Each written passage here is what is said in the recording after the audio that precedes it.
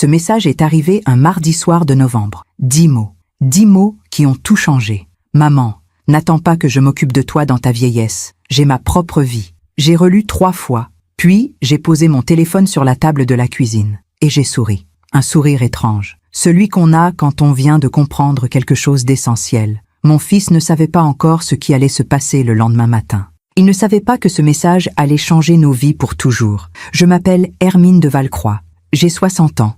Et voici l'histoire que j'ai portée seule pendant des mois, jusqu'à ce soir. Tout a commencé bien avant ce message, bien avant que mon fils Elphège ne devienne cet homme que je ne reconnais plus. Il y a eu des signes, des petites fissures que j'ai ignorées, comme on ignore une fuite d'eau jusqu'au jour où le plafond s'effondre. Mais ce soir-là, dans ma cuisine, avec ce message froid sur l'écran de mon téléphone, j'ai compris que le moment était venu, le moment de faire ce que j'aurais dû faire depuis longtemps.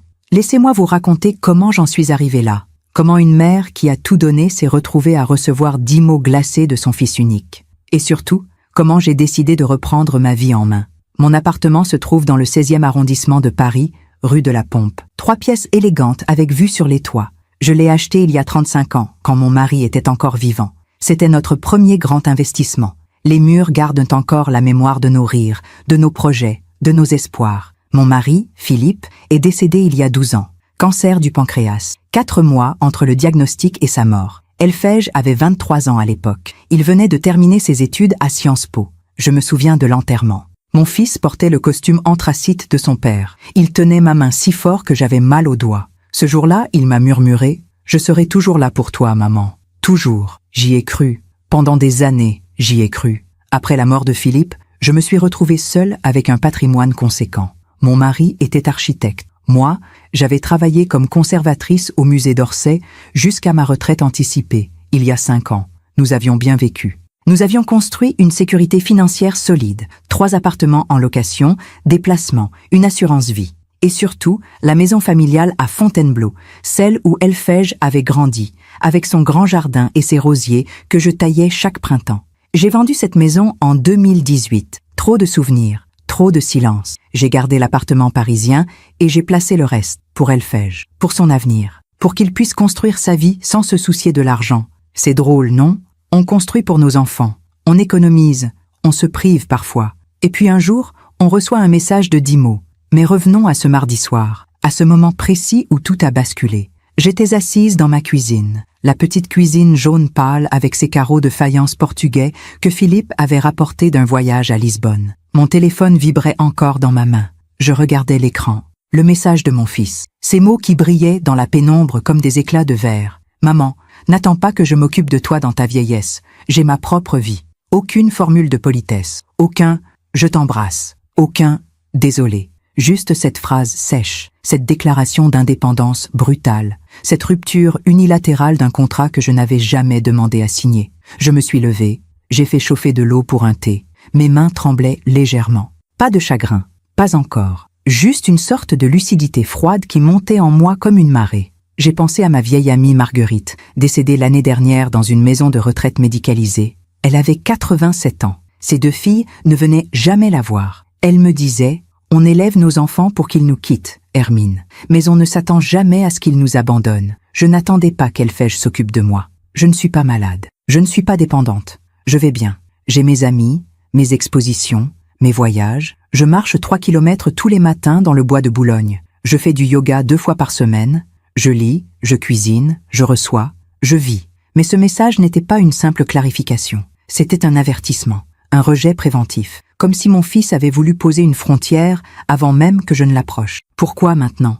Pourquoi cette violence soudaine? La réponse tenait en un prénom, Joannelle. Joannelle, sa nouvelle compagne, celle qu'il avait épousée 6 mois plus tôt, en mai 2024, dans une cérémonie intime à la mairie du 7e arrondissement. J'étais là, j'avais mis ma plus belle robe, j'avais souri sur les photos, j'avais offert un chèque généreux. Et j'avais senti, dès ce jour-là, que quelque chose avait changé dans le regard de mon fils, Joannelle. 32 ans, chef de projet dans une start-up, dynamique, ambitieuse, jolie, je dois l'admettre, mais froide, d'une froideur calculée qui se cachait derrière des sourires professionnels et des phrases creuses. Depuis leur mariage, Elphège s'était éloigné. Les appels s'étaient espacés. Les déjeuners du dimanche avaient disparu. Les occasions manquées s'étaient démultipliées. Mon anniversaire en mars, Noël l'année dernière, Pâques. À chaque fois, une excuse, le travail, un voyage, une obligation. Et puis, il y avait eu cette phrase de Joannelle, prononcée lors d'un dîner 3 mois avant le mariage. Nous étions chez eux, dans leur nouvel appartement du 11e arrondissement. Un 3 pièces lumineux qu'ils venaient d'acheter. Enfin, qu'Elphège venait d'acheter. Avec mon aide, j'avais versé 150 000 € pour l'apport, pour qu'ils puissent démarrer leur vie ensemble dans de bonnes conditions. Ce soir-là, Joannelle avait dit, en servant le dessert, « Vous savez, Hermine, Elphège et moi, on tient à notre indépendance. On ne veut dépendre de personne, et on ne veut pas que les gens dépendent de nous non plus. » Elle avait dit ça avec un sourire qui ne montait pas jusqu'aux yeux.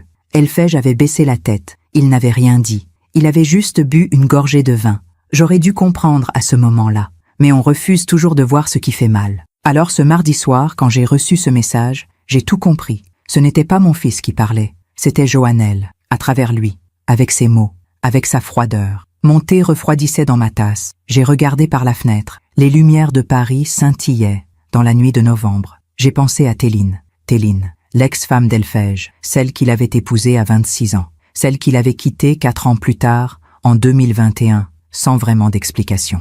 Un divorce à l'amiable, pas d'enfant, une séparation propre, trop propre peut-être, mais Téline était restée, pas dans la vie d'Elphège, dans la mienne. Elle m'appelait toutes les semaines, elle passait prendre le café le samedi matin, elle m'accompagnait chez le médecin quand j'avais un rendez-vous important, elle m'aidait pour les papiers administratifs compliqués. Elle se souvenait de mon anniversaire. Elle m'envoyait des photos de ses voyages avec de petits mots affectueux. Téline était devenue la fille que je n'avais jamais eue, pas par obligation, par affection, par ce lien étrange qui naît parfois entre 2 femmes qui ont aimé le même homme et qui ont compris qu'elles méritaient mieux.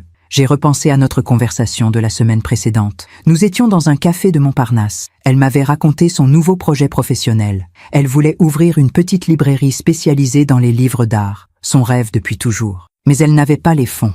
Les banques refusèrent de lui prêter. Elle avait 38 ans, pas d'enfants, pas de patrimoine, juste un rêve et beaucoup de détermination.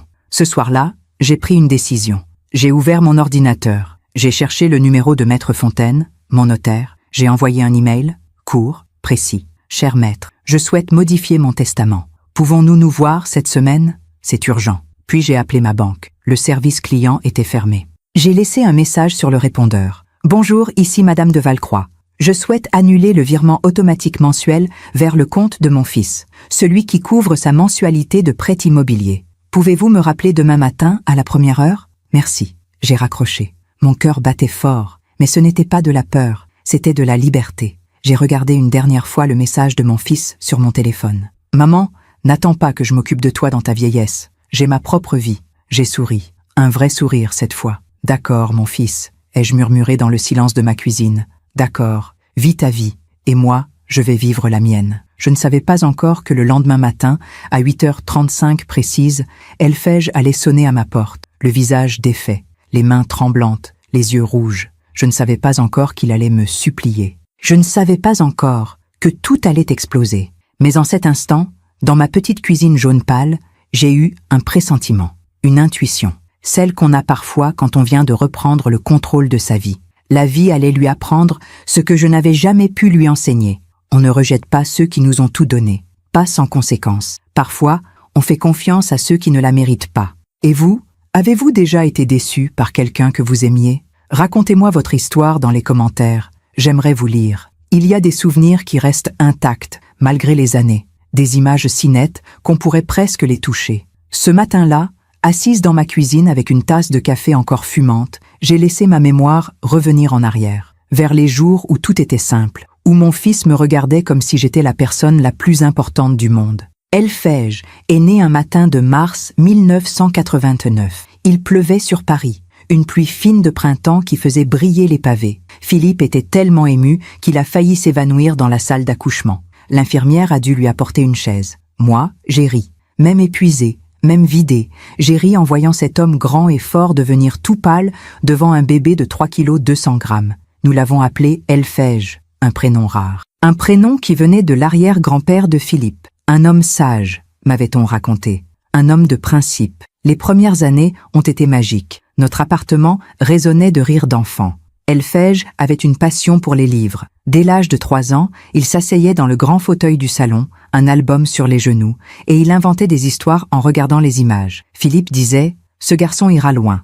Regarde comme il réfléchit. » Nous l'avons inscrit à l'école du quartier. Une bonne école. Il excellait en tout. Français, mathématiques, histoire. Ses professeurs nous convoquaient pour nous dire à quel point il était brillant. Je me souviens de ces réunions parents-professeurs. Je rentrais le cœur gonflé de fierté. Philippe serrait ma main dans la voiture et murmurait « Nous avons fait du bon travail, ma chérie. » Les dimanches, nous allions nous promener dans le jardin du Luxembourg. Elphège courait devant nous, son manteau bleu marine flottant derrière lui. Il s'arrêtait devant le bassin octogonal pour regarder les enfants faire naviguer leur petit bateau à voile. Philippe lui en achetait toujours un bateau blanc avec une voile rouge. Elphège le posait délicatement sur l'eau et restait là, immobile, à le suivre des yeux.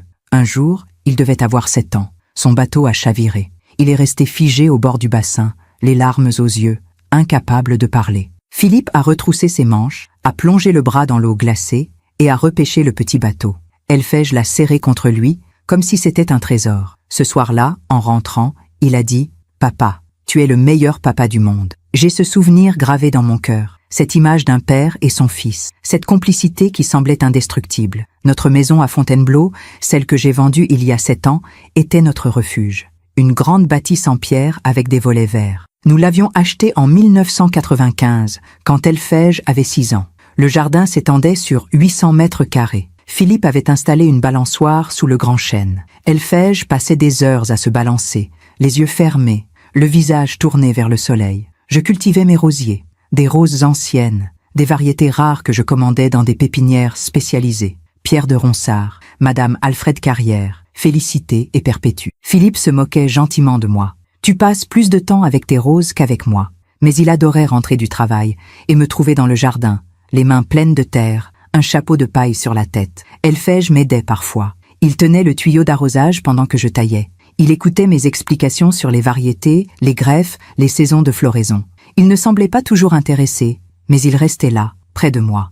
Et parfois il disait « Quand je serai grand, j'aurai un jardin comme toi, maman. » Les étés étaient nos moments préférés. Nous recevions des amis, des grandes tablées sous le tilleul. Philippe faisait griller des côtelettes d'agneau.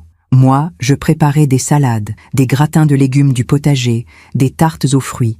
Elphège jouait avec les enfants de nos amis, des courses folles entre les arbres, des rires qui montaient dans l'air chaud de juillet. Le soir, quand tout le monde était parti, nous restions tous les 3 sur la terrasse. Philippe fumait un cigare. Moi, je buvais une tisane à la verveine. Elphège s'endormait sur le transat, la tête sur mes genoux. Je caressais ses cheveux.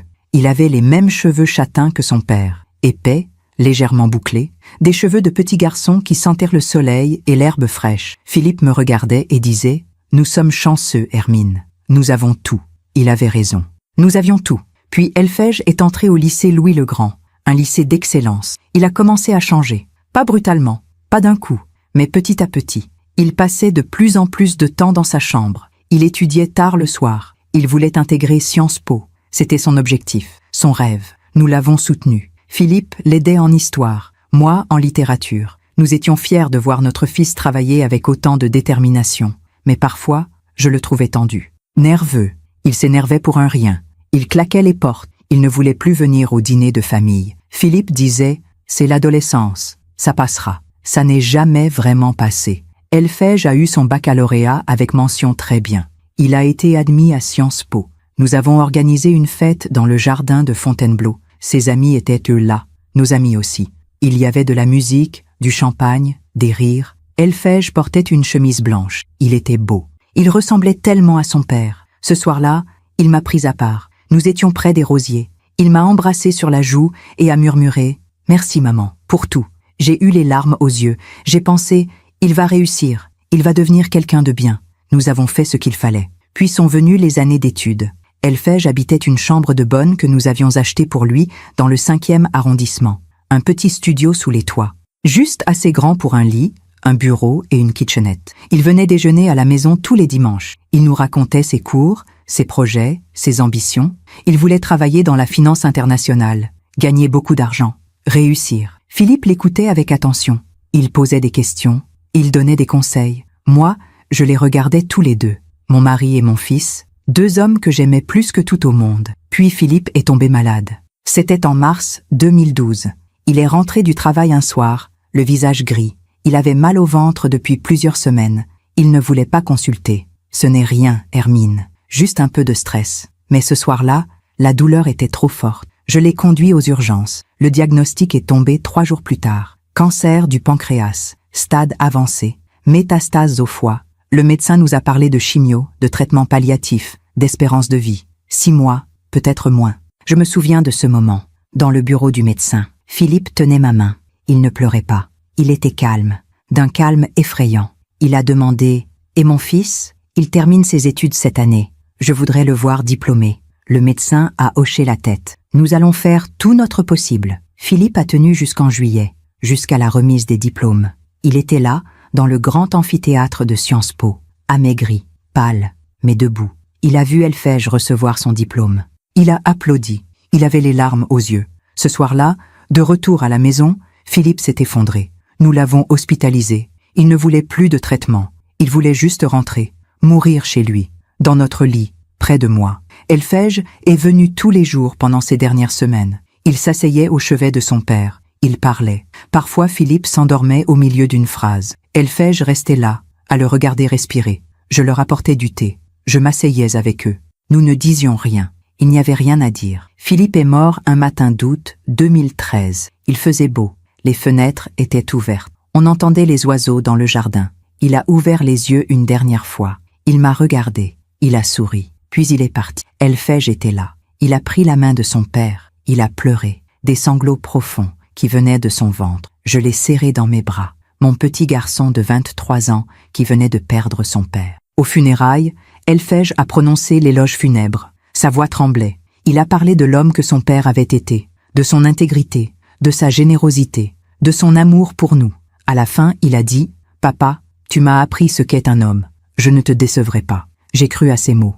Pendant des années, j'y ai cru. Après l'enterrement, Elfège est resté vivre avec moi pendant quelques mois. Il ne voulait pas que je sois seule. Il dormait dans son ancienne chambre. Le matin, nous prenions le petit déjeuner ensemble. Je lui faisais des tartines beurrées avec de la confiture de fraises maison. Comme quand il était petit. Il buvait son café en lisant le journal. Parfois, il levait les yeux et disait « Ça va, maman ?» Je mentais. Je disais « Oui, ça va. » Mais ça n'allait pas. La maison était trop grande, trop vide. Le silence de Philippe était partout. Dans son fauteuil, dans son bureau, dans notre lit. Puis Elfège a trouvé un emploi dans une banque d'affaires. Un bon poste, un bon salaire. Il a repris son studio dans le 5e. Il m'appelait tous les soirs. Il passait le dimanche. Il m'emmenait au restaurant. Il s'inquiétait pour moi. Un jour, il m'a dit « Maman, tu devrais vendre la maison de Fontainebleau. C'est trop lourd pour toi, trop de souvenirs. » Il avait raison.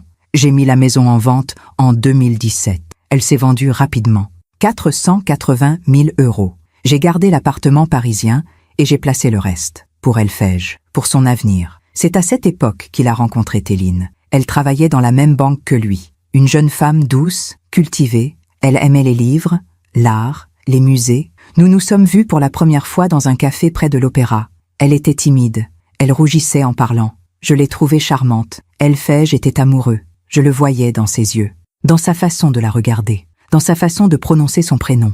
Ils se sont mariés en juin 2015. Une cérémonie simple à la mairie du 9e arrondissement. Puis un déjeuner dans un restaurant de Montmartre. Une trentaine d'invités. Téline portait une robe blanche, toute simple. Elle était radieuse. Elfège aussi. J'ai dansé avec mon fils ce jour-là. Une valse. Comme à son baptême, quand Philippe l'avait porté dans ses bras et qu'ils avaient tourné ensemble dans le salon.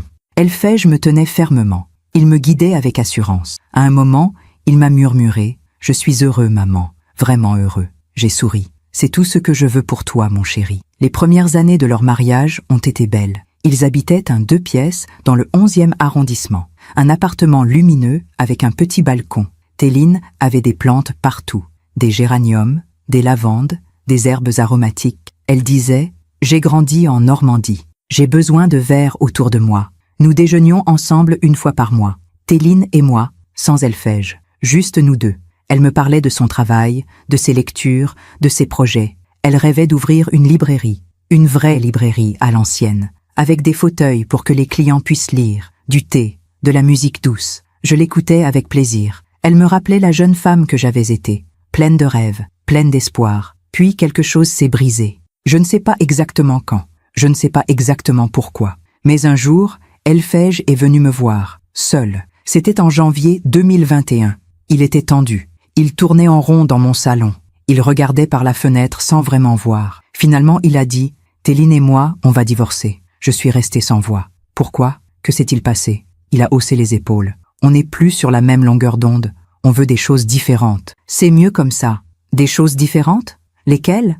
Il n'a pas répondu. Il a juste dit « Ne t'inquiète pas, maman. Ça se passe bien. On est d'accord. Pas de dispute. Pas de drame. » Le divorce a été prononcé en juin 2021. 4 ans de mariage. Terminé. J'ai appelé Téline. Elle pleurait au téléphone. Elle ne comprenait pas. Elle disait « Il est parti, Hermine. Il m'a dit qu'il ne m'aimait plus. » Comme ça, sans explication. J'ai continué à la voir. Elphège me l'a reproché. « Pourquoi tu restes en contact avec elle? Ce n'est plus ta belle-fille. » J'ai répondu « Elle est mon amie. » Il n'a rien dit, mais j'ai senti qu'il désapprouvait. Quelques mois plus tard, Elphège m'a annoncé qu'il voyait quelqu'un. Joannelle. Une femme énergique, m'a-t-il dit. Quelqu'un qui le poussait à avancer, qui croyait en lui. Nous nous sommes rencontrés en novembre 2022, dans un restaurant chic du 8e arrondissement. Joannelle est arrivée en retard. Elle portait un tailleur noir, strict. Elle avait les cheveux tirés en chignon. Elle m'a serré la main avec fermeté. « Enchantée, Hermine. Elphège m'a beaucoup parlé de vous. » Tout le dîner, elle a parlé d'elle, de sa carrière, de ses objectifs, de son ambition. Elle voulait devenir directrice dans sa start-up avant 35 ans. Elle voulait acheter un appartement plus grand. Elle voulait voyager. Elle voulait réussir. Elphège la regardait avec admiration, comme s'il avait trouvé quelque chose qui lui manquait depuis toujours. Moi, je souriais, je hochais la tête, mais au fond de moi, j'avais froid. Ils se sont mariés en mai 2024, mairie du 7e arrondissement. Une cérémonie courte, pas de grande fête, juste un cocktail dans un bar branché de Saint-Germain. Une 50aine d'invités, des collègues, des amis, peu de famille. J'ai offert 150 000 € pour l'apport de leur nouvel appartement. Un 3 pièces dans le 11e, 70 mètres carrés. Ils ont signé le prêt en juin. 700 000 € à rembourser sur 25 ans. 3 000 € par mois. Elphège gagnait bien sa vie, mais avec le prêt, c'était juste. Alors j'ai proposé de payer la mensualité. 3 000 € par mois. Virement automatique, pour les aider à démarrer, pour qu'ils puissent profiter de leur vie de jeunes mariés. Joannelle a accepté sans un merci. Elphège a juste dit « C'est gentil, maman. » Gentil. Le mot est resté coincé dans ma gorge pendant des jours. Puis les choses ont changé. Rapidement. Les appels se sont espacés. Les déjeuners ont été annulés. Mon anniversaire en mars 2024 a été oublié. Noël 2023 aussi. Et puis, ce message, ce mardi soir de novembre. « Maman, n'attends pas que je m'occupe de toi dans ta vieillesse. J'ai ma propre vie. » Assise dans ma cuisine ce matin-là, après avoir envoyé mes emails au notaire et à la banque, j'ai compris une chose. Les souvenirs sont comme mes rosiers de Fontainebleau. Ils sont beaux, ils sentent bon. Mais si on ne les taille pas au bon moment, ils deviennent sauvages. Ils envahissent tout. Ils étouffent. Il était temps de tailler. Il était temps de reprendre ma vie. Le mercredi matin, je me suis réveillée avec une clarté d'esprit inhabituelle, comme si ce message de mon fils avait agi comme un électrochoc. J'ai ouvert les yeux à 6 heures. La lumière de novembre filtrait à travers les rideaux de ma chambre. Une lumière grise, douce, qui donnait aux meubles des contours flous. Je suis restée un moment immobile dans mon lit. J'écoutais Paris qui se réveillait, le bruit lointain des voitures sur l'avenue, les pas dans l'escalier, une porte qui claque, la vie qui continue, indifférente à nos petits drames personnels. J'ai repensé à la première fois où j'avais senti que quelque chose n'allait pas, la première fissure, si légère qu'on pouvait presque l'ignorer. Mais les fissures, même minuscules, finissent toujours par s'élargir. C'était il y a 3 ans, en février 2022, un dimanche après-midi. Elphège venait de rencontrer Joannelle. Ils se fréquentaient depuis quelques semaines seulement. Il m'en avait parlé au téléphone avec une excitation dans la voix que je ne lui avais pas entendue depuis longtemps. Elle est différente, maman. Elle sait ce qu'elle veut. Elle me pousse à donner le meilleur de moi-même. Ce dimanche-là, il devait venir déjeuner chez moi, comme il le faisait presque tous les dimanches depuis des années. J'avais préparé un poulet rôti, son plat préféré, avec des pommes de terre fondantes et une salade d'endives aux noix. J'avais acheté une tarte aux pommes chez mon pâtissier, celle qu'il aimait tant. La table était mise. 2 assiettes, 2 verres, une bouteille de Bordeaux que Philippe avait mise en cave 10 ans plus tôt. J'attendais. 13 heures. Pas d'Elphège. 13h30. Toujours personne. Je l'ai appelé. Ça sonnait dans le vide. J'ai laissé un message. Mon chéri, tu arrives bientôt? Le poulet est prêt. Pas de réponse. 14 heures. Le poulet refroidissait dans le four. J'ai éteint. J'ai couvert le plat avec du papier aluminium. J'ai rangé la table. J'ai bu un verre d'eau. J'ai attendu encore. 15 heures. Mon téléphone a vibré. Un message. Désolé maman. Imprévu. Je ne peux pas venir. Bon dimanche. Voilà. 5 mots. Pas d'explication. Pas d'excuse véritable. Juste ces 5 mots secs. J'ai relu le message plusieurs fois. J'essayais de comprendre. Un imprévu? Quel genre d'imprévu? Il allait bien? Il avait eu un problème? J'ai rappelé. Cette fois, il a décroché. Oui maman, tu vas bien? Tu as eu un problème? Non, non, tout va bien. C'est juste que Joannelle avait envie qu'on fasse quelque chose aujourd'hui. On est allé se promener au parc Monceau. Silence. Un long silence pendant lequel j'ai senti quelque chose se briser en moi. Quelque chose de minuscule, presque imperceptible. Tu aurais pu me prévenir plus tôt. J'avais préparé. Je sais, désolé. Ça s'est décidé au dernier moment. Au dernier moment? Oui. Bon maman, je dois y aller. On se rappelle cette semaine. Bisous. Il a raccroché. Je suis restée debout au milieu de mon salon. Le téléphone dans la main, le poulet refroidi dans la cuisine, la table vide devant moi. J'ai pensé, ce n'est rien. Il est amoureux. C'est normal. Il a le droit d'avoir sa vie. Mais quelque chose en moi savait. Quelque chose en moi avait compris que ce dimanche marquait un changement, un basculement. Les semaines suivantes ont confirmé mon intuition. Elfège ne venait plus aussi régulièrement. Une fois sur deux, il annulait. Toujours au dernier moment. Toujours avec une excuse vague. Un brunch avec Joannelle. Un rendez-vous professionnel. Un voyage improvisé. Puis il a commencé à espacer les appels. Avant, il m'appelait tous les soirs, ou presque, juste pour prendre des nouvelles, pour me raconter sa journée, pour entendre ma voix.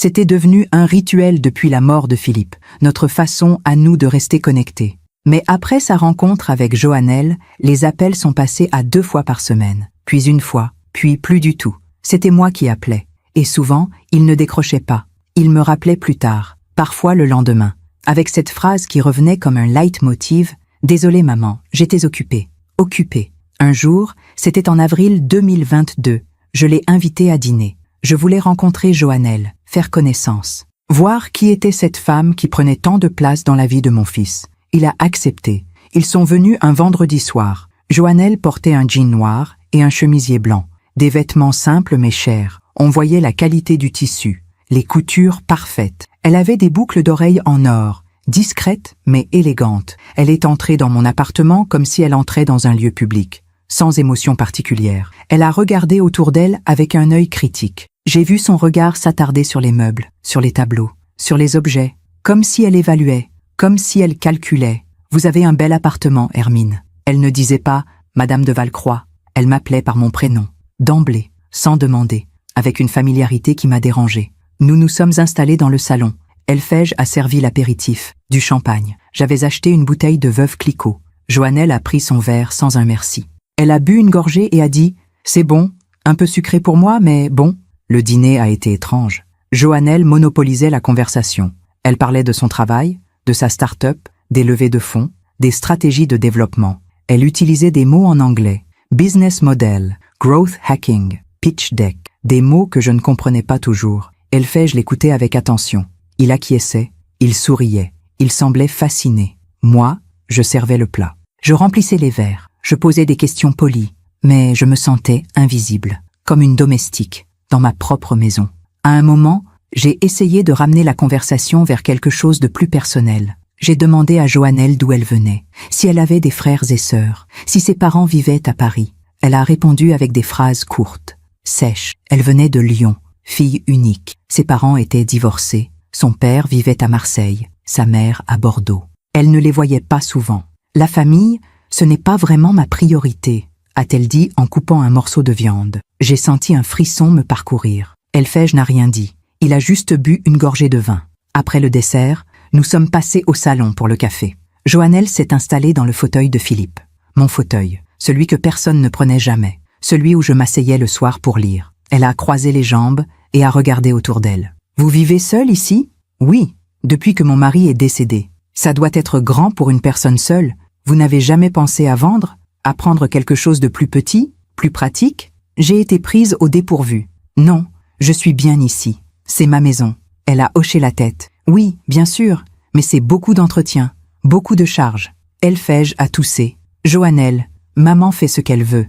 Elle a levé les mains en riant. Bien sûr, je dis juste que c'est dommage de garder autant de mètres carrés quand on est seul. C'est un peu du gaspillage, non?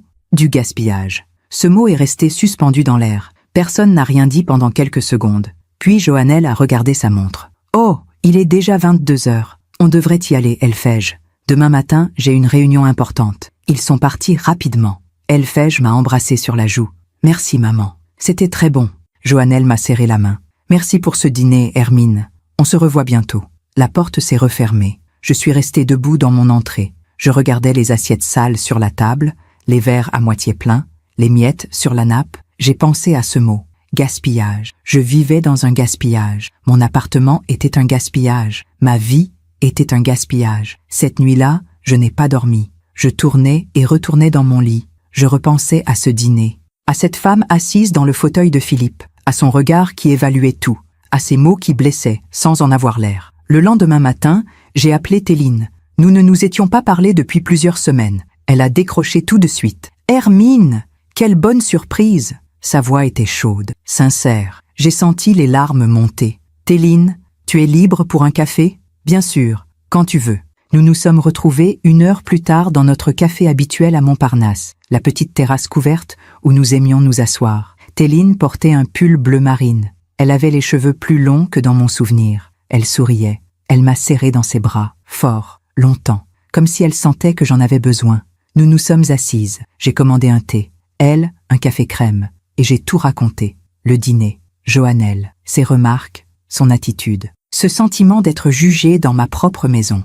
Téline m'a écoutée sans m'interrompre. Quand j'ai eu fini, elle a pris ma main. « Hermine, je suis désolée. Vraiment désolée. »« Pourquoi es-tu désolée ? Ce n'est pas ta faute. Je suis désolée parce que je reconnais ce que tu décris, cette façon de tout évaluer, de tout calculer. C'est exactement ce que j'ai vécu avec Elphège vers la fin de notre mariage. Je l'ai regardée, surprise. « Que veux-tu dire ?» Elle a soupiré. Les derniers mois avant notre divorce, Elphège avait changé. Il était devenu obsédé par l'argent, par la réussite, par l'image qu'il renvoyait. Il comparait sans arrêt notre appartement à ceux de ses collègues, nos vacances à celles des autres, notre mode de vie au leur. Je ne savais pas. Je ne t'en ai jamais parlé. Je ne voulais pas te charger. Tu es sa mère. Ce n'était pas à toi de porter ça. Mais pourquoi a-t-il changé comme ça ? Téline a haussé les épaules. Son travail peut-être, cette banque, cet univers où tout se mesure en chiffres, en bonus, en promotion.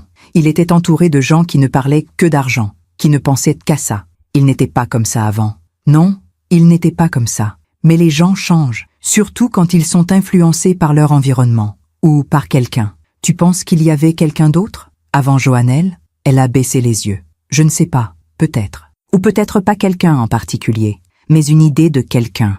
Une idée de la femme qu'il voulait à ses côtés. Une femme qui correspondait mieux à l'image qu'il voulait renvoyer. Nous sommes restées silencieuses un moment. Je buvais mon thé, elle tournait sa cuillère dans son café, puis elle a dit « Hermine, fais attention. » Attention à quoi ? À cette femme, Joannelle. Si elle est comme tu l'as décrit, elle ne voit pas les gens. Elle voit ce qu'ils peuvent lui apporter. Mais Elphège l'aime, peut-être. Ou peut-être qu'il aime l'idée de ce qu'elle représente. Le succès, l'ambition, la modernité. Je suis rentrée chez moi ce jour-là avec un poids dans la poitrine. Les mots de Téline résonnèrent dans ma tête. Elle ne voit pas les gens, elle voit ce qu'ils peuvent lui apporter. Les mois suivants ont confirmé ses craintes. Elphège s'éloignait de plus en plus. Les occasions manquées se multipliaient. Mon anniversaire en mars 2023. Il m'a envoyé un message. « Bon anniversaire maman, je t'aime. » Pas d'appel, pas de visite, juste un message. Noël 2023. Il était en voyage avec Joannelle. Ils avaient loué un chalet dans les Alpes. Il m'a envoyé une photo. Eux deux devant un sapin illuminé. Tout sourire. Le message disait « Joyeux Noël maman. On pense à toi, mais on n'est pas là. » Pâques 2024, même scénario. Ils étaient partis en week-end en Normandie, chez des amis à eux. Il m'a appelé le lundi suivant. « Désolé maman, on n'a pas pu passer te voir. Le week-end était trop court, trop court. » Puis il y a eu leur mariage en mai 2024. La cérémonie rapide à la mairie. Le cocktail branché. Moi qui souriais sur les photos. Moi qui offrais 150 000 € pour leur appartement. Moi qui acceptais de payer leur mensualité de prêt. 3 000 € par mois. Elphège avait dit « C'est gentil, maman. » Joannelle n'avait même pas dit merci. Après leur mariage, j'ai à peine vu mon fils. Une fois en juin. Une fois en juillet, puis plus rien. Août, septembre, octobre. 3 mois sans le voir. Quelques messages, quelques appels rapides. Toujours la même excuse. On est débordé. Le travail, l'appartement, la vie, leur vie, qui n'avait plus de place pour moi. C'était en septembre 2024 que la deuxième fissure est apparue, plus profonde que la première. J'étais tombée dans la rue, bêtement. Un trottoir mal entretenu. Je m'étais tordu la cheville, rien de grave, mais assez douloureux pour que je ne puisse pas marcher pendant quelques jours. J'ai appelé Elfège. Mon chéri, j'ai eu un petit accident. Je me suis tordu la cheville. Tu pourrais passer me voir, m'apporter quelques courses? Oh non, ça va? Tu as mal? Un peu, mais ça va aller. J'aurai juste besoin d'aide pour quelques jours. Silence. Puis, écoute maman, cette semaine est vraiment compliquée. Joannelle a une présentation importante, et moi, j'ai un dossier urgent à boucler. Je ne vais pas pouvoir me libérer. Même 1 heure, juste pour passer, je vais essayer, je te promets. Il n'est pas venu, ni ce jour-là, ni le lendemain, ni le surlendemain. C'est Éline qui est venue. Elle avait appris mon accident par une amie commune. Elle a sonné à ma porte le soir même, les bras chargés de courses. « Hermine, pourquoi tu ne m'as pas appelée tout de suite? Elle est restée avec moi pendant 3 jours. Elle faisait les courses, elle préparait les repas, elle m'accompagnait chez le médecin, elle changeait mes bandages. Elle restait le soir jusqu'à ce que je m'endorme. Le 3e jour, Elfège a envoyé un message. « Désolée maman, j'ai été complètement submergée. Comment va ta cheville ?» J'ai répondu « Ça va mieux. Téline s'occupe de moi. »« Téline ?» Oui. Elle est passée tous les jours. Pas de réponse. Pendant 2 heures. Puis « C'est bien, c'est bien. » Voilà tout ce qu'il avait trouvé à dire. Ce soir-là, j'ai pleuré. Pour la première fois depuis des mois. Téline était repartie. J'étais seule dans mon salon. Ma cheville me faisait mal, mais ce n'était rien comparé à la douleur que je ressentais dans ma poitrine. Mon fils ne venait plus, mon fils ne m'appelait plus, mon fils n'était plus là. Et c'est une femme qui n'était plus sa femme qui prenait soin de moi. Cette nuit-là, j'ai compris quelque chose. Les fissures ne se referment pas toutes seules. Elles s'élargissent, lentement, inexorablement, jusqu'au jour où tout s'effondre. Pendant que je raconte tout cela, je me demande d'où vous m'écoutez.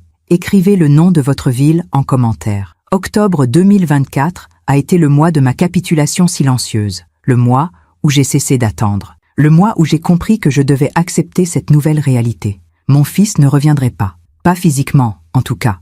Il était encore là dans les messages occasionnels, dans les appels de 2 minutes, dans les promesses jamais tenues. Mais l'Elfège que j'avais connu, celui qui m'appelait tous les soirs, celui qui venait déjeuner le dimanche, celui qui me prenait dans ses bras en me disant « Je t'aime, maman », cet Elfège-là avait disparu. Et moi, comme toutes les mères qui refusent de voir l'évidence, je me suis mise à trouver des excuses, à justifier l'injustifiable, à minimiser ce qui me blessait. C'était devenu un réflexe. Quand mes amis me demandaient des nouvelles d'Elfège, je répondais « Il va bien. Il est très occupé avec son nouveau poste. » Même s'il n'avait pas changé de poste, même si la seule chose qui avait changé, c'était son indifférence. Quand Margot, ma vieille amie du club de lecture, s'étonnait de ne plus le voir, je disais « Vous savez, les jeunes couples ont besoin de leur intimité. C'est normal qu'il consacre du temps à sa femme. » Même si je savais que ce n'était pas de l'intimité, c'était de l'exclusion. Quand Éline, avec son regard doux et inquiet, me demandait comment je vivais cette distance, je souriais bravement. Je comprends. Il construit sa vie. C'est ce que doivent faire les enfants. Se détacher. Voler de leurs propres ailes. Mais au fond de moi, je savais que ce n'était pas un détachement naturel. C'était un rejet, progressif, méthodique, presque chirurgical. Le pire, c'est que je me suis mise à m'adapter, à modifier mon comportement pour ne pas le déranger, pour ne pas être cette mère envahissante qu'on fuit, cette mère dont on a honte. J'ai cessé d'appeler. J'attendais qu'il appelle. Et quand il ne le faisait pas pendant des jours, je me disais « Il est occupé. Il m'appellera quand il aura le temps. » J'ai cessé de proposer des déjeuners. J'attendais qu'il propose. Et quand il ne proposait rien, je me disais « Il a ses propres obligations. Je ne dois pas être un poids. » J'ai cessé de partager mes petits bonheurs. Une exposition que j'avais aimée. Un livre qui m'avait touché. Une promenade dans un nouveau quartier. Je gardais tout pour moi, parce que j'avais peur de l'ennuyer. Peur qu'il trouve mes histoires insignifiantes. Je me suis faite petite, discrète, presque invisible. C'est terrible de voir à quel point on peut se diminuer pour garder l'amour de quelqu'un. À quel point on peut accepter les miettes quand on a connu le festin. Un jour de fin octobre, j'étais chez le coiffeur. Marie, ma coiffeuse depuis 15 ans, me coupait les cheveux. Elle me parlait de sa fille, une jeune femme de 30 ans qui venait d'avoir un bébé. Marie rayonnait. Elle racontait comment sa fille l'appelait 3 fois par jour pour des conseils. comment elles passaient tous les week-ends chez elle pour l'aider avec le bébé, comment elles avaient créé un lien encore plus fort depuis la naissance. Je l'écoutais en regardant mon reflet dans le miroir. J'ai vu mes yeux se remplir de larmes. Marie a arrêté de couper. « Hermine, ça ne va pas ?»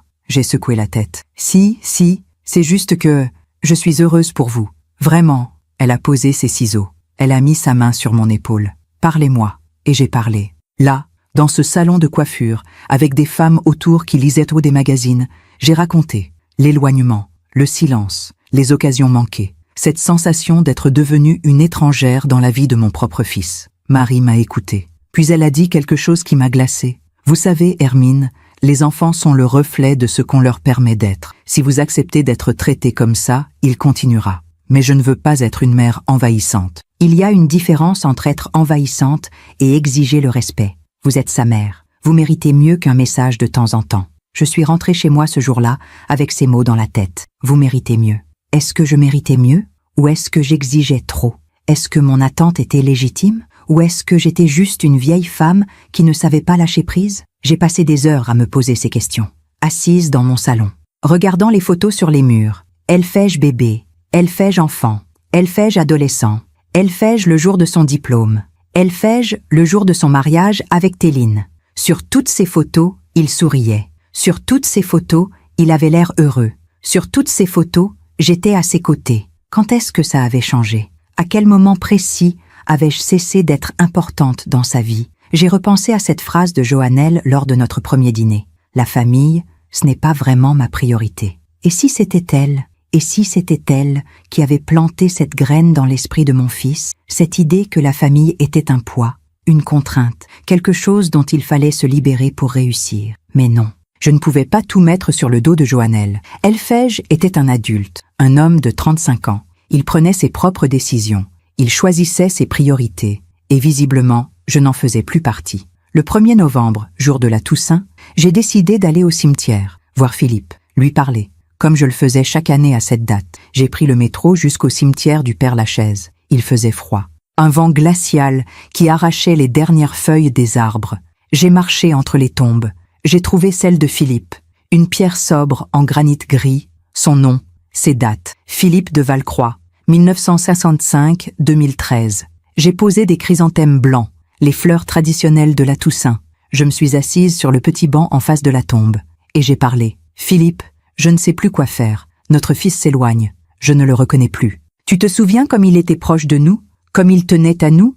Où est parti ce garçon? » Le vent soufflait. Les feuilles mortes tourbillonnaient autour de moi. Parfois, je me dis que c'est ma faute, que je l'ai trop protégé, trop aimé, que je l'ai rendu incapable de voir au-delà de ses propres besoins. Une larme a coulé sur ma joue. Je l'ai essuyée rapidement. Ou peut-être que c'est moi qui attends trop. Peut-être que je devrais accepter qu'il ait sa vie, qu'il ne me doive rien. J'ai regardé le nom de Philippe gravé dans la pierre. Mais toi, tu m'appelais tous les jours quand tu voyageais pour le travail. Tu passais voir ta mère tous les dimanches jusqu'à sa mort. Tu ne l'as jamais laissée seule. Jamais. Le silence du cimetière était absolu. Juste le bruit du vent dans les branches. J'aurais aimé que tu sois là, pour lui parler, pour lui rappeler qui il est, qui il était. Je suis restée là pendant 1 heure, assise dans le froid, parlant à un mort, cherchant des réponses qui ne venaient pas. En rentrant chez moi, j'ai trouvé un message d'Elfais-je sur mon téléphone. « Bonne Toussaint, maman. Tu vas bien ?»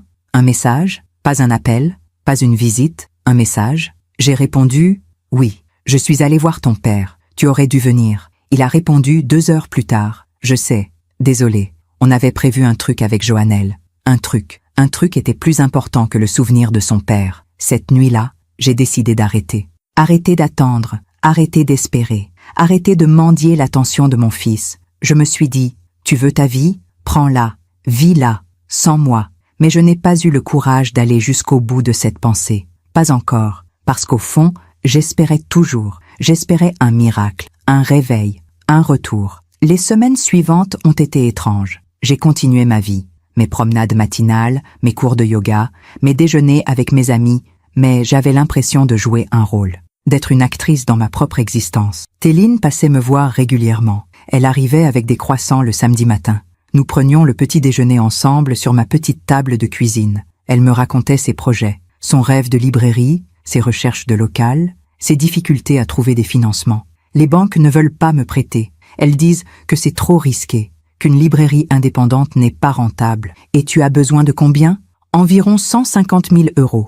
Pour le local, les travaux, le stock de livres, les 6 premiers mois de charge. J'ai hoché la tête. Le même montant que j'avais donné à Elfège pour son appartement. Tu trouveras, j'en suis sûre. Elle a souri. Un sourire triste. J'espère. Mais je commence à perdre espoir. J'ai 38 ans. Je n'ai pas de patrimoine. Pas de garantie à offrir. Les banques veulent des certitudes. Et moi, je n'ai que des rêves. Nous sommes restées silencieuses un moment. Puis elle a pris ma main. Hermine, je voulais te dire, tu es importante pour moi. Tu sais ça? Toi aussi, tu es importante pour moi. Non, je veux dire vraiment importante. Plus importante que tu ne le penses. Tu es la seule famille que j'ai vraiment eue. Ma mère et moi, on ne se parle plus depuis des années. Mon père est remarié, il a d'autres enfants. Je suis seule. Enfin, j'étais seule, jusqu'à ce que je te rencontre. J'ai senti ma gorge se serrer. Téline, je sais que je ne suis plus avec Elfège. Je sais que techniquement, je ne suis plus ta belle-fille. Mais pour moi, tu es plus qu'une belle-mère. Tu es comme la mère que j'aurais aimé avoir. Les larmes sont venues. D'un coup, sans prévenir, je pleurais. Elle pleurait. Nous nous sommes serrés l'une contre l'autre dans ma petite cuisine. Cette femme qui n'était plus rien pour mon fils était devenue tout pour moi. Le 15 novembre, j'ai fait quelque chose que je n'avais pas fait depuis des mois. J'ai appelé Elfège, pas pour prendre de ses nouvelles, pas pour lui proposer quelque chose, juste pour lui dire que je l'aimais. Il a décroché. « Oui, maman? Bonjour, mon chéri. Je ne te dérange pas? »« Non, c'est bon. Qu'est-ce qu'il y a? »« Rien. Je voulais juste entendre ta voix, te dire que je t'aime. » Silence. Un long silence. Puis, « Moi aussi je t'aime, maman. Mais là, je suis en réunion. »« Je peux te rappeler? » ?»« Oui, bien sûr. » Il n'a jamais rappelé. Ce soir-là, je me suis regardée dans le miroir de ma salle de bain. J'ai vu une femme de 60 ans, des rides autour des yeux, des cheveux gris que Marie colorait en châtain clair, un visage fatigué, mais pas vieux, pas encore. Je me suis dit, tu as encore des années devant toi, peut-être 20 ans, peut-être 30. Tu vas passer ces années à attendre qu'il t'appelle, à espérer qu'il vienne, à accepter les miettes? La réponse était là, dans ce miroir, dans mes yeux fatigués, dans mon sourire qui ne montait plus jusqu'aux yeux.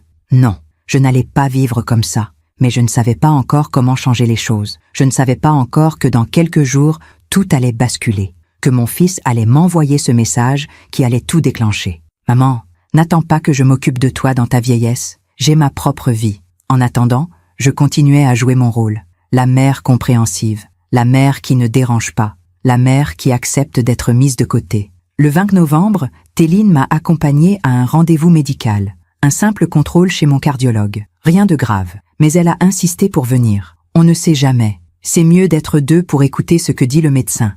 Nous avons pris le métro ensemble jusqu'à l'hôpital Necker. Dans la salle d'attente, elle tenait ma main. Elle me parlait pour me distraire. Elle me racontait qu'elle avait trouvé un local potentiel pour sa librairie. Rue Mouffetard, un petit espace de 50 mètres carrés. Parfait. Mais le propriétaire veut 6 mois de caution. 9 000 €, plus le premier loyer, 3 000 €. Je n'ai pas cette somme.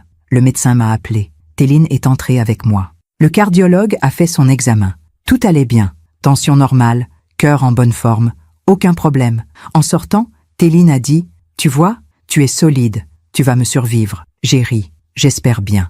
Nous avons déjeuné dans un petit restaurant près de l'hôpital. Téline a commandé une quiche lorraine. Moi, une salade composée. Nous avons parlé de tout et de rien. De ses lectures, de mes promenades, des films que nous voulions voir. À aucun moment, nous n'avons parlé d'Elfège. Comme si son nom était devenu tabou.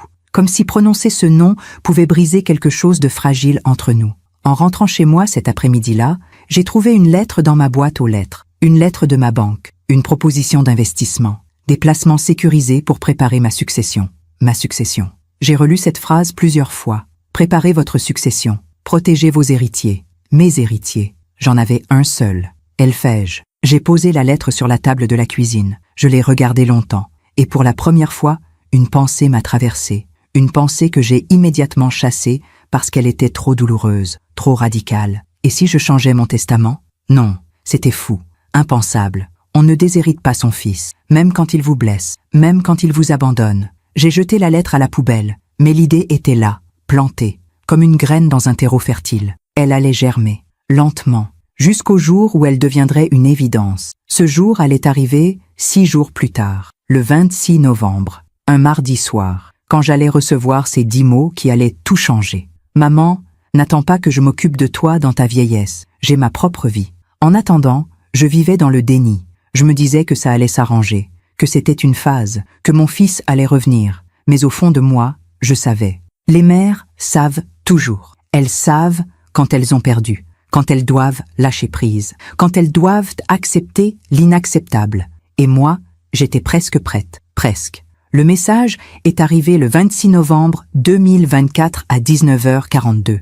Je me souviens de l'heure exacte parce que j'étais en train de regarder les informations. Le présentateur parlait de la météo, de la pluie qui allait tomber toute la semaine. Mon téléphone a vibré sur la table basse. J'ai regardé l'écran.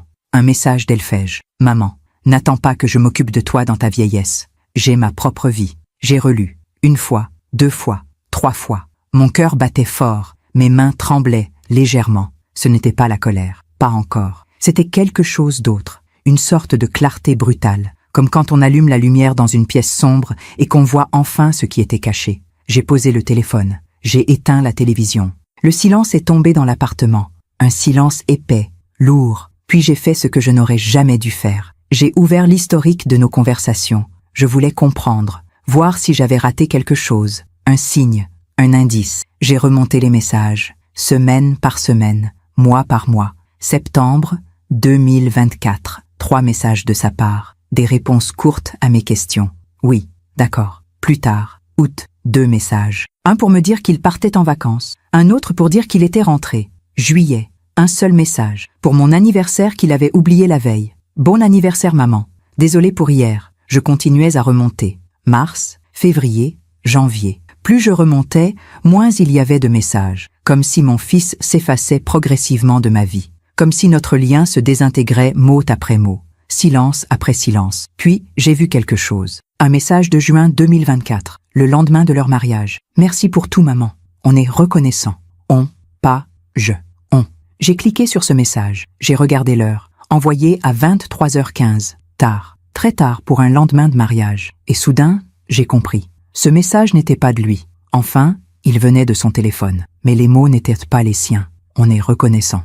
Elphège ne parlait jamais comme ça. Il aurait dit « Merci maman, je t'embrasse ». Quelqu'un d'autre avait écrit ce message. Quelqu'un qui voulait paraître poli, professionnel, distant. Joannelle. J'ai continué à chercher, à analyser les messages, les tournures de phrases, le vocabulaire. Et j'ai commencé à voir un motif. À partir de janvier 2023, environ 1 an après leur rencontre, le ton des messages avait changé. Avant, Elphège écrivait « Coucou maman, comment tu vas ? Je passe dimanche si tu veux. Bisous ». Après, il écrivait « Bonjour, dimanche compliqué, on se rappelle, plus de coucou, plus de bisous, plus de questions sur moi. » Juste des phrases sèches, fonctionnelles. Ce soir-là, dans mon salon, avec mon téléphone dans les mains, j'ai fait quelque chose que je n'avais jamais fait. J'ai cherché Joannelle sur les réseaux sociaux. Son profil LinkedIn était public. Photo professionnelle, sourire commercial, titre impressionnant, chef de projet innovation, Startup Tech Vision. J'ai parcouru ses publications. Des articles sur l'ambition, le succès, la performance, des citations motivantes sur le dépassement de soi.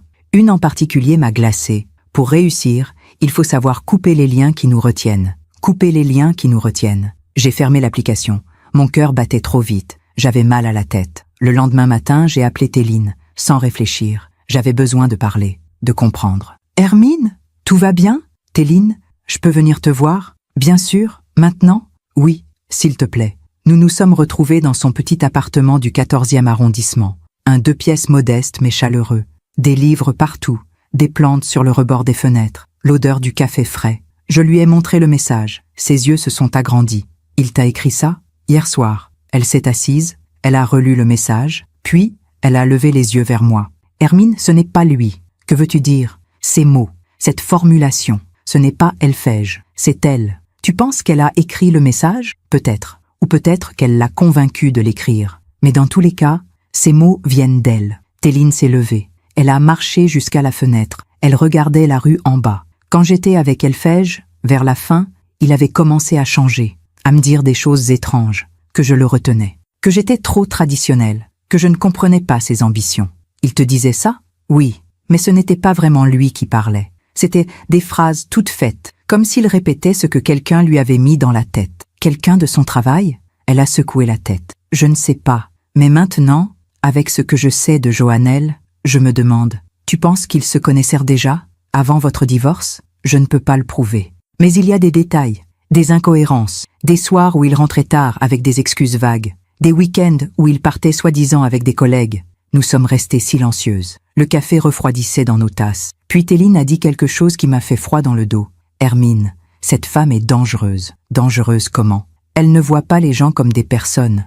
Elle les voit comme des ressources, des outils pour arriver à ses fins.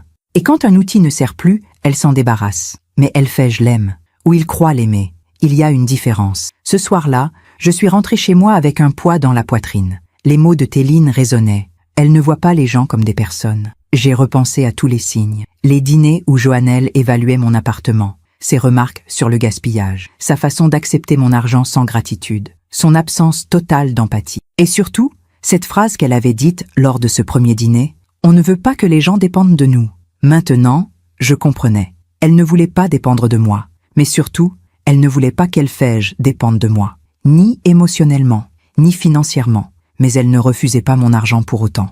Les 150 000 € d'apport, les 3 000 € par mois pour le prêt. Elle prenait, mais elle ne voulait rien devoir en retour. Le 28 novembre, j'ai reçu un appel de mon notaire, Maître Fontaine. Il répondait à mon email de mardi soir. « Madame de Valcroix, j'ai bien reçu votre demande. Je peux vous recevoir demain après-midi, 15 h. Cela vous convient? Parfaitement. Merci. » J'ai aussi reçu un appel de ma banque, une conseillère. « Madame de Valcroix, concernant votre demande d'annulation du virement automatique, c'est chose faite. Le dernier virement de 3 000 € est parti ce matin. À partir du mois prochain, plus aucun virement ne sera effectué. Très bien, merci. Puis-je vous demander la raison de cette annulation? Pour nos dossiers. J'ai hésité, puis j'ai dit simplement « changement de situation familiale. Je comprends. Bonne journée, madame. » J'ai raccroché. Mon cœur battait vite. J'avais franchi une ligne, quelque chose d'irréversible. Elphège recevrait sa mensualité de décembre normalement. Mais en janvier, plus rien. La banque lui enverrait un avis. Un défaut de paiement. Il devrait trouver 3 000 €. Rapidement.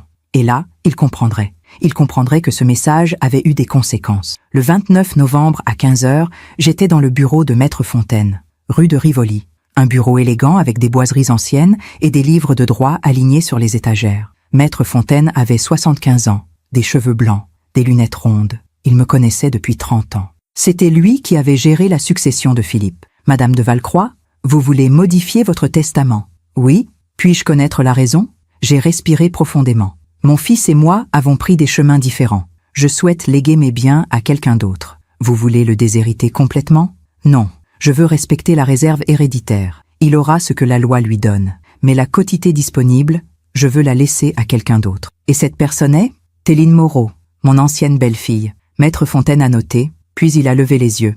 Vous êtes certaine? Absolument. Vous savez que cela risque de créer des conflits, des contestations. Je sais, mais c'est mon choix. Il a hoché la tête. Très bien. Je vais préparer le Nouveau Testament. Vous pourrez le signer la semaine prochaine. En sortant de son bureau, j'ai eu un vertige. J'avais fait quelque chose d'énorme. Quelque chose que je ne pourrais plus défaire facilement. Mais pour la première fois depuis des mois, je me sentais libre. Le 5 décembre 2024, j'ai signé mon Nouveau Testament dans le bureau de Maître Fontaine. Ma main tremblait légèrement en posant ma signature au bas du document. Mais c'était fait. 50% de mon patrimoine irait à Elphège, la réserve héréditaire, ce que la loi française lui garantissait en tant qu'enfant unique. Environ 400 000 €.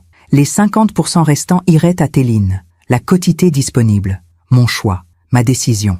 Maître Fontaine a contresigné. Il a rangé le document dans un dossier scellé. C'est enregistré. Personne ne connaîtra le contenu de ce testament avant votre décès, sauf si vous décidez d'en parler. Je comprends. Madame de Valcroix, puis-je me permettre un conseil? Je vous en prie. Si votre fils apprend ce changement, préparez-vous à des réactions, peut-être violentes. Les questions d'héritage réveillent souvent le pire chez les gens. J'ai hoché la tête. Je sais, mais je ne compte pas lui en parler. Pas maintenant, peut-être jamais. En sortant de son bureau, j'ai reçu un appel de Téline. « Hermine, tu es libre demain pour déjeuner? » « Oui. Où veux-tu aller? J'ai quelque chose à te montrer. Je passe te chercher à midi. » Le 6 décembre, Téline est venue me chercher en voiture. Elle souriait. Elle avait l'air excitée. « On va rue Mouffetard. Le local dont tu m'as parlé? » « Oui. Le propriétaire a accepté de me le faire visiter. » Nous avons roulé jusqu'au 5e arrondissement. Rue Mouffetard. Une rue vivante, pleine de commerces, de restaurants, de passants. Le local était petit. Une vitrine étroite, mais à l'intérieur, c'était parfait. 50 mètres carrés avec une belle hauteur sous plafond.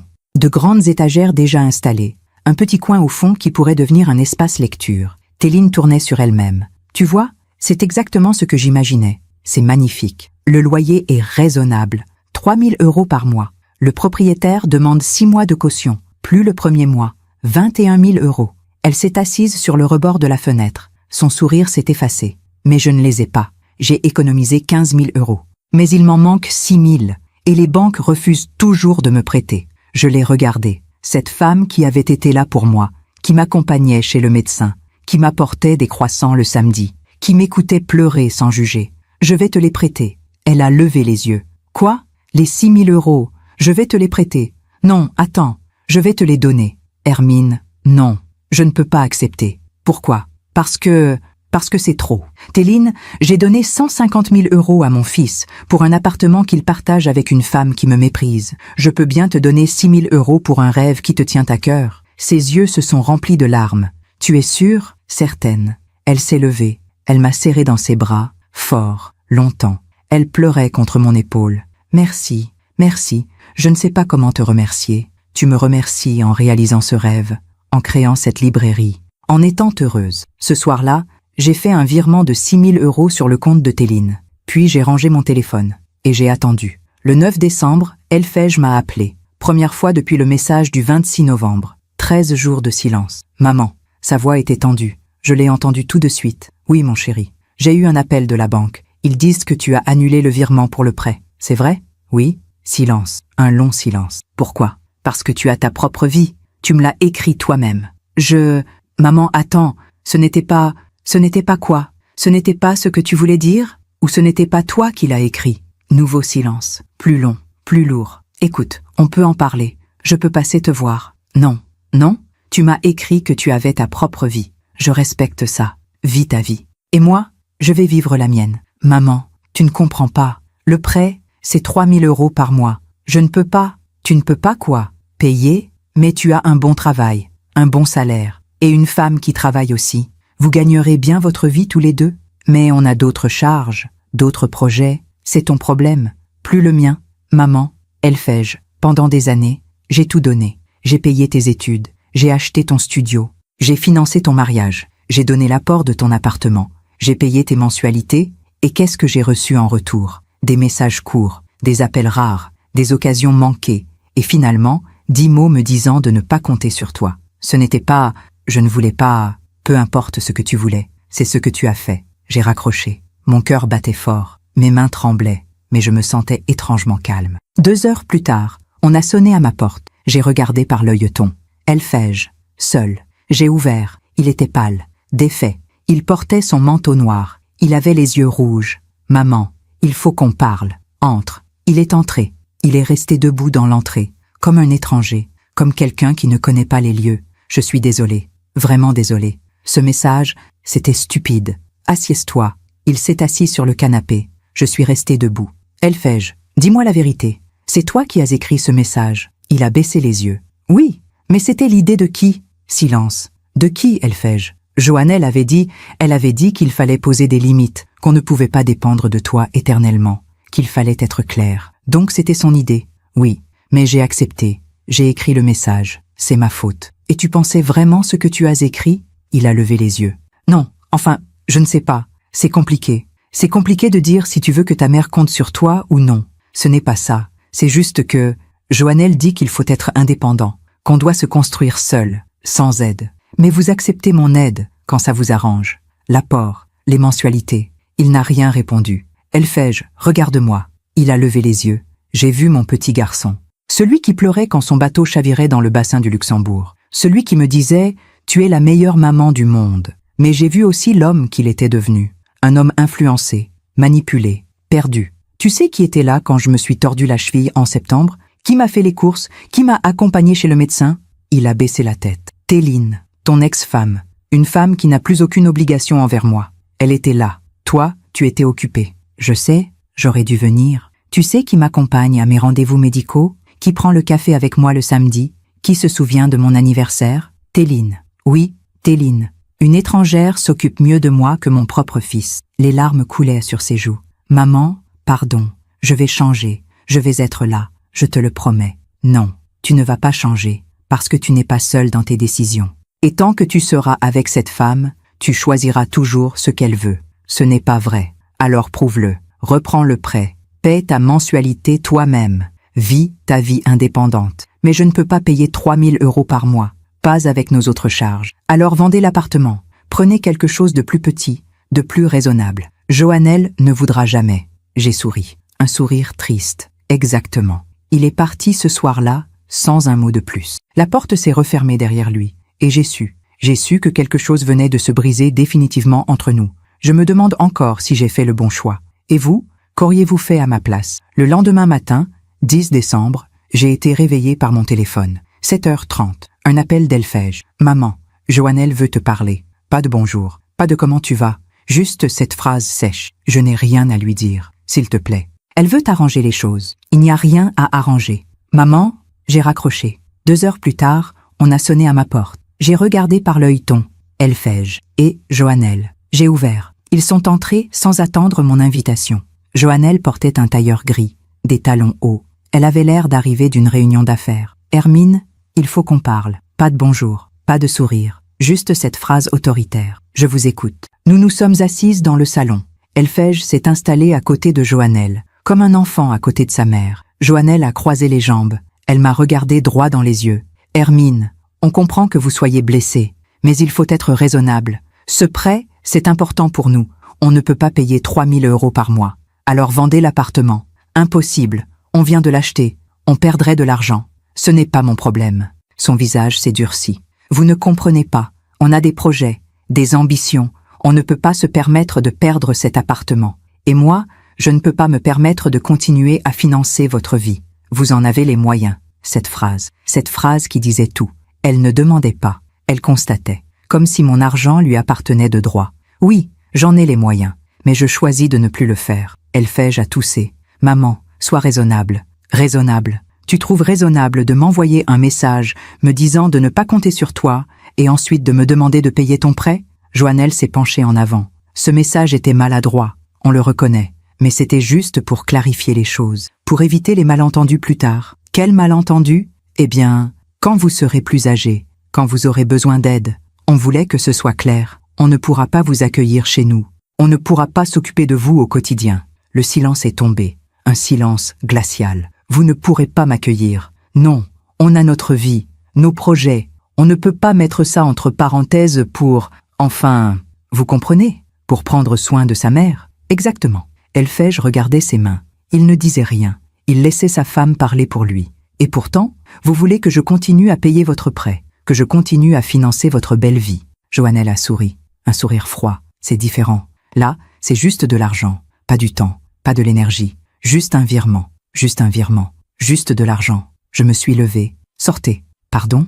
Sortez de chez moi. Maintenant. Joannelle s'est levée aussi. Elle avait l'air surprise, presque choquée. Hermine, on essaie d'avoir une conversation adulte. Une conversation adulte? Vous venez chez moi pour me dire que je ne peux pas compter sur mon fils quand je serai vieille, mais que vous voulez quand même mon argent.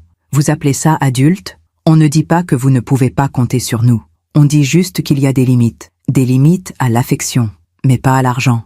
Exactement. Elle l'avait dit. Elle l'avait vraiment dit. Sans honte, sans gêne. Sortez, tout de suite. Elfège s'est levée. Maman, toi aussi. Maman, je t'en prie. Tu as fait ton choix. Tu l'as fait en épousant cette femme. Tu l'as fait en m'envoyant ce message. Tu l'as fait en la laissant parler à ta place. Maintenant, pars. Tu ne peux pas me rejeter comme ça. Je ne te rejette pas. Je respecte ton choix. Tu as ta vie. Tu as dit que tu ne t'occuperais pas de moi. Très bien. Mais je ne paierai plus pour ta vie. Joannelle s'est dirigée vers la porte. Vous le regretterez. Non, je ne crois pas. Elle est sortie. Elfège est resté un moment sur le seuil. Il me regardait, les larmes aux yeux. Maman, je t'aime. Moi aussi je t'aime. C'est pour ça que je te laisse partir. Pour que tu apprennes. Apprendre quoi? Que l'argent ne remplace pas l'affection. Que les choix ont des conséquences. Que ta mère ne sera pas toujours là pour rattraper tes erreurs. Il est parti sans un mot de plus. La porte s'est refermée. Je me suis assise sur mon canapé et j'ai pleuré. Pour la première fois depuis des semaines. Des sanglots profonds, douloureux, libérateurs. J'avais perdu mon fils, pas à la mort, à la vie, à ses choix, à cette femme qui l'avait transformée en quelqu'un que je ne reconnaissais plus. Mais j'avais gagné quelque chose aussi, ma dignité, mon respect de moi-même, ma liberté. Le 15 décembre, Téline a signé le bail de sa librairie. Elle m'a appelé en pleurant de joie. « Hermine, c'est fait. J'ai les clés. Je commence les travaux la semaine prochaine. Je suis si heureuse pour toi. C'est grâce à toi. Sans toi, rien de tout ça ne serait possible. C'est grâce à ton courage, à ta détermination. » Le 20 décembre, j'ai reçu un message d'Elfège. « Maman, nous avons trouvé une solution pour le prêt. Tu n'as plus à t'inquiéter. Pas de merci, pas de regret. Juste cette phrase. » J'ai répondu « Très bien. » C'était tout. Notre relation réduite à 2 mots. Très bien. Le 24 décembre, Téline m'a invité à réveillonner chez elle. Un petit dîner, juste nous deux. Du saumon fumé, une dinde farcie, une bûche pâtissière. Nous avons bu du champagne, nous avons ri, nous avons parlé de ses projets pour la librairie, des auteurs qu'elle voulait inviter, des soirées lecture qu'elle voulait organiser. À minuit, elle a levé son verre. « À toi, Hermine, à la femme la plus forte que je connaisse. À toi, Téline, à la fille que j'aurais aimé avoir. » Nous avons trinqué, et j'ai réalisé quelque chose. J'avais perdu un fils, mais j'avais gagné une fille. Janvier 2025 est arrivé avec une clarté nouvelle, comme si l'année précédente avait été un long tunnel et que j'en sortais enfin. Le 3 janvier, j'ai pris une décision. J'ai appelé une agence de voyage. Je voudrais partir, quelque part de beau, de calme. Quelle destination vous intéresserait, madame? L'Italie, la Toscane. 15 jours plus tard, j'étais à Florence, un petit hôtel près du Ponte Vecchio, une chambre avec vue sur l'Arno. Je me promenais dans les rues, je visitais les musées, je mangeais seul dans des trattorias, je lisais sur des bancs publics. Pour la première fois depuis des années, j'étais seul, vraiment seul, et j'étais bien. Téline m'envoyait des photos de la librairie en travaux, les murs repeints en blanc cassé, les étagères restaurées. Le coin lecture avec 2 fauteuils en velours vert. Tu me manques, Hermine. Mais profite, tu le mérites. Un soir, assise à la terrasse d'un café sur la Piazza della Signoria, j'ai reçu un appel d'un numéro inconnu. Madame de Valcroix? Oui. Ici Maître Blanchard. Je suis l'avocat de Madame Joannelle Mercier. Mon cœur s'est arrêté. Je vous écoute. Ma cliente souhaite porter à votre connaissance qu'elle envisage des poursuites pour rupture abusive d'engagement financier. Pardon?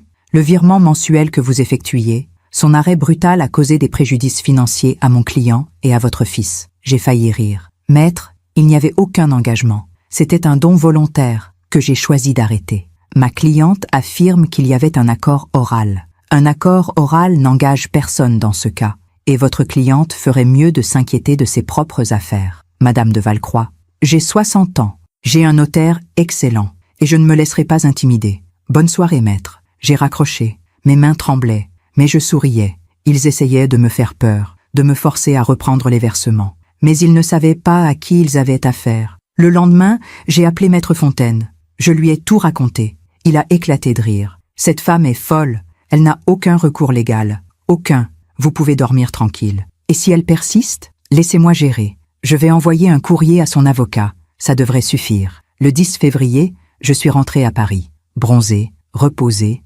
transformée. Téline m'attendait à l'aéroport. Elle m'a serrée dans ses bras. Tu es magnifique. Je me sens bien. La librairie ouvre dans 3 jours. Tu viendras? Évidemment. Le 13 février, l'inauguration a eu lieu. Une petite cérémonie, une trentaine de personnes, des amis, des voisins, la presse locale. Téline avait appelé sa librairie « Les mots retrouvés », un nom parfait. Elle a fait un discours, court, ému. Cette librairie existe grâce à une femme exceptionnelle, une femme qui croit aux rêves, qui croit en moi. Merci, Hermine. Les gens ont applaudi. J'ai senti les larmes monter, des larmes de joie cette fois. Ce soir-là, en rentrant chez moi, j'ai trouvé une lettre dans ma boîte, une enveloppe blanche, l'écriture d'Elfège. J'ai hésité, puis je l'ai ouverte. Maman, je ne sais pas comment commencer cette lettre. Je ne sais même pas si tu vas la lire. Joannelle et moi, on a des problèmes d'argent, des problèmes de couple. Tout s'effondre. J'ai compris trop tard. Tu avais raison. Sur elle, surtout. Mais je ne peux pas revenir en arrière. J'ai fait mes choix. Je voulais juste te dire que je suis désolée. Vraiment désolée. Elfège, j'ai replié la lettre. Je l'ai rangée dans un tiroir. Je n'ai pas répondu. Pas encore. Il fallait qu'il apprenne, qu'il comprenne, que le temps fasse son œuvre. La justice ne vient pas de la vengeance. Elle vient de la patience, de la dignité, du temps qui révèle la vérité. Mars 2025. Le printemps revenait sur Paris. Les marronniers bourgeonnaient. L'air sentait la pluie fraîche et les premières fleurs. J'étais chez moi, en train de lire, quand Téline m'a appelé. Sa voix était étrange. « Hermine, il faut que je te raconte quelque chose. »« Quoi donc ?» J'ai croisé Joannelle ce matin, rue de Rennes. Mon cœur s'est serré. Et elle avait l'air défaite, les cheveux mal coiffés, pas de maquillage. Elle marchait vite, la tête baissée. « Tu lui as parlé ?»« Non, mais j'ai eu la curiosité. J'ai cherché sur LinkedIn. Son profil a changé. Elle ne travaille plus chez Tech Vision. Depuis quand ? Depuis janvier. 3 jours plus tard, j'ai reçu un appel de Margot, mon amie du club de lecture. « Hermine, j'ai entendu quelque chose. Sur ton fils. »« Quoi ? Apparemment, il a des difficultés. L'appartement est en vente. » J'ai raccroché. J'ai ouvert le site d'annonces immobilières. J'ai cherché. Et j'ai trouvé. Leur appartement. Mis en vente le 15 mars. Prix demandé, 690 000 €.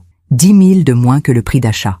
Une vente en urgence. Le 20 mars, j'ai reçu une autre lettre d'Elfège. Maman, Joannelle est partie. Elle a quitté l'appartement il y a 2 semaines. Elle a rencontré quelqu'un d'autre, un entrepreneur, quelqu'un avec plus d'argent, plus de perspectives. Elle m'a dit que j'étais un poids, que je l'empêchais d'avancer, que j'aurais dû écouter ma mère et ne pas couper les ponts avec toi. C'est drôle, non ? Elle qui m'avait poussé à t'envoyer ce message, elle qui trouvait que tu prenais trop de place. Maintenant, elle me reproche de t'avoir écouté. Je vends l'appartement. Je ne peux plus payer seule. Je vais perdre de l'argent, peut-être 20 000 €, mais je n'ai pas le choix. Je vais prendre un petit studio, recommencer, seule. Je ne te demande rien. Je voulais juste que tu saches que tu avais raison. Surtout, Elfège. J'ai relu cette lettre 3 fois. Je n'ai ressenti ni joie ni tristesse. Juste une sorte de calme, comme quand on voit la pluie tomber après une longue sécheresse. La vie lui apprenait ce que je n'avais pas réussi à lui enseigner. Le 5 avril, Téline et moi prenions le café dans sa librairie. Les clients entraient, sortaient, achetaient des livres, souriaient. L'endroit vivait. « Tu as eu des nouvelles d'Elfège ?» a-t-elle demandé doucement. Il m'a écrit. 2 lettres. Joannelle l'a quitté. Il vend l'appartement. Elle a hoché la tête. « Je sais. Tu sais ?» Il m'a appelé. Mon cœur s'est arrêté. Quand ? Il y a 1 semaine. Il voulait me parler. Comprendre pourquoi j'étais restée proche de toi alors qu'il t'avait abandonné. Qu'est-ce que tu lui as dit ? Que tu étais la personne la plus généreuse que je connaissais. Que tu méritais mieux. Que l'amour ne se mesure pas en argent, mais en présence. Il a dit quelque chose ? Oui, il a dit « J'ai tout perdu. Ma femme, mon appartement, ma mère. Et toi, tu as tout gagné. Comment c'est possible ? Et toi ?» Je lui ai dit « Parce que j'ai donné sans attendre de retour. Et toi, tu as pris sans jamais donner. » Le silence est tombé. J'ai bu une gorgée de café. « Téline, il va revenir. Il va frapper à ma porte. Il va demander pardon. Je sais. Et je ne sais pas si je serai prête. Tu le seras quand le moment viendra. » Le 15 avril, j'ai croisé une ancienne collègue d'Elfège dans la rue. Elle m'a saluée avec gêne. « Madame de Valcroix, j'ai entendu pour Elfège. Je suis désolée. » Désolée de quoi ? Sa situation. Le divorce. Son licenciement. J'ai senti le sol se dérober. Son licenciement ? Elle a pâli. « Vous ne saviez pas ? Il a été licencié en février. Faute professionnelle. Des erreurs dans un dossier important. La banque a perdu beaucoup d'argent. Je suis rentrée chez moi en tremblant. Elfège ne m'avait rien dit. Dans ses lettres, il parlait de Joannelle, de l'appartement, mais pas de son travail. Le soir même, il a sonné à ma porte. J'ai ouvert. Il était là, amaigri, les cheveux trop longs, le visage creusé. Il portait le même manteau qu'en décembre, mais il avait l'air d'avoir vieilli de 10 ans. « Maman, entre. » Il est entré. Il s'est assis. Il a baissé la tête. J'ai tout perdu. Mon travail, mon mariage, mon appartement, ma dignité. Je sais. Comment tu sais ? Les gens parlent. Il a levé les yeux, des yeux rouges, épuisés. Je ne viens pas te demander de l'argent. Je ne viens pas te demander de me sauver. Je viens juste te dire que j'ai compris. Trop tard, mais j'ai compris. Compris quoi ? Que tu étais la seule personne qui m'aimait vraiment, sans condition, sans calcul, et que je t'ai traité comme si tu ne valais rien. Les larmes coulèrent sur ses joues. Il ne cherchait pas à les cacher. Joannelle m'a quitté dès qu'elle a vu que je perdais mon travail, dès qu'elle a compris qu'il n'y aurait plus d'argent. Elle n'a même pas attendu 1 semaine. Et maintenant, je vis dans un studio de 20 mètres carrés. Je cherche du travail. Personne ne veut m'embaucher. Ma réputation est ruinée. Il sanglotait, des sanglots d'enfant, comme quand il avait perdu son bateau dans le bassin du Luxembourg. Je me suis assise à côté de lui. J'ai posé ma main sur la sienne. Elfège, écoute-moi. La vie t'apprend quelque chose d'important. Quoi ? Qu'on récolte ce qu'on sème, que les choix ont des conséquences, que l'amour vrai ne se mesure pas en euros. Il a hoché la tête. Je sais, Maintenant, je sais. Tu vas te reconstruire. Seul, sans mon aide. Tu vas trouver du travail. Tu vas recommencer. Et peut-être, un jour, tu comprendras vraiment ce que tu as perdu. Je le comprends déjà. Non, pas encore. Mais tu comprendras. Il est parti ce soir-là. Je l'ai regardé descendre les escaliers. Un homme brisé. Un homme qui apprenait enfin. La justice ne vient pas de nous. Elle vient de la vie elle-même. Aujourd'hui, nous sommes le 2 janvier 2025. Un an presque jour pour jour après le début de cette histoire. Je suis assise dans ma cuisine. La même petite cuisine jaune pâle avec ses carreaux portugais. Mais je ne suis plus la même femme. Il y a un an, j'attendais. J'espérais. Je me faisais petite pour garder l'amour de mon fils. Aujourd'hui, je vis, pleinement, dignement. Elfège m'appelle maintenant. 2 fois par semaine. Il a trouvé un emploi en mars. Moins bien payé, moins prestigieux, mais honnête. Il travaille dans une petite agence de conseil. Il reconstruit sa vie, pierre par pierre. Il vient déjeuner chez moi un dimanche par mois. Il arrive avec des fleurs. Il me demande comment je vais. Vraiment. Il écoute mes réponses. Il reste 2 heures, parfois 3. Il ne parle plus de Joannelle. Il ne parle plus d'argent. Il parle de ce qu'il apprend, de ce qu'il comprend, de l'homme qu'il veut devenir. L'autre jour, il m'a dit « Maman, j'ai croisé Joannelle. Elle est fiancée avec cet entrepreneur. Ils vont s'installer à Monaco. Et toi, comment tu te sens ?»